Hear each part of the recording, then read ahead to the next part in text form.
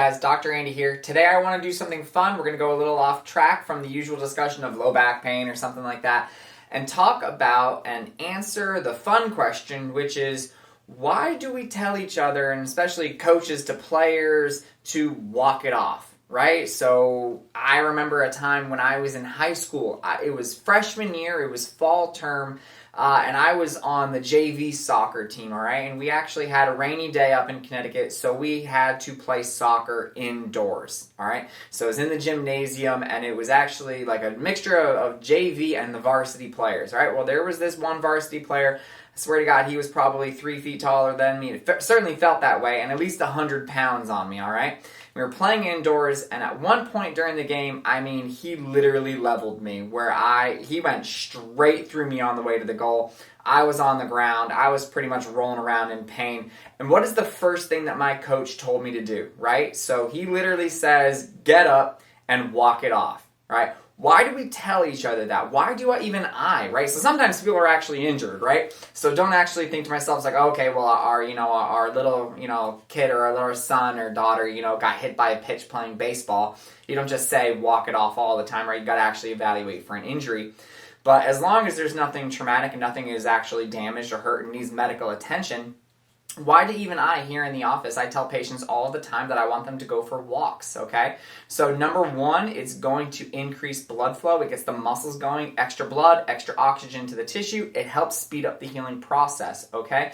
But why do we say walk it off? To help deal with the immediate pain, all right? Here's what I want you to understand. If these are the signals that we're talking about that need to get to the brain, all right? The brain is only capable of hearing and understanding and evaluating a very small percentage of all of the signals that we send its way every single second, all right? So if you want to crowd out the pain signal from you were just leveled by a guy who was 4 years older than you, had 100 pounds, right, on the basketball floor, how do you do that, right? Well, then you can actually hit some movement in there to crowd out the pain signal and get rid of the pain, okay? Here's how we do that.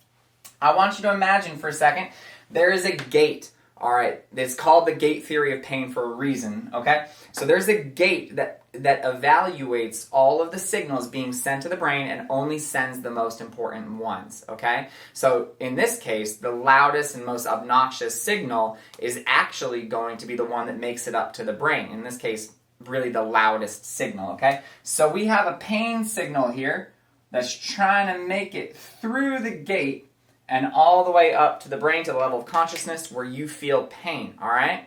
So how do we crowd it out, all right? The good news is that in your body, the signals, the nerves that sense pain are smaller and weaker than the nerve fibers that sense movement, all right? So if you can create a movement signal, send that to the brain, you can crowd it out. Think of the movement nerve fibers like the bigger, stronger, older brothers of that pain signal, okay? So you get up and you start moving around, you shake it off. Why do we do that? We're increasing what's called mechanoreceptor activity. These movement type nerve fibers comes through, bam, knocks that signal out. It gets through the brain, through the gate, and you are conscious of not the pain. You are now conscious of just the movement. You can use movement to kill pain, all right? And that's why I tell my patients to go for a walk. That's why we use exercise here in the office.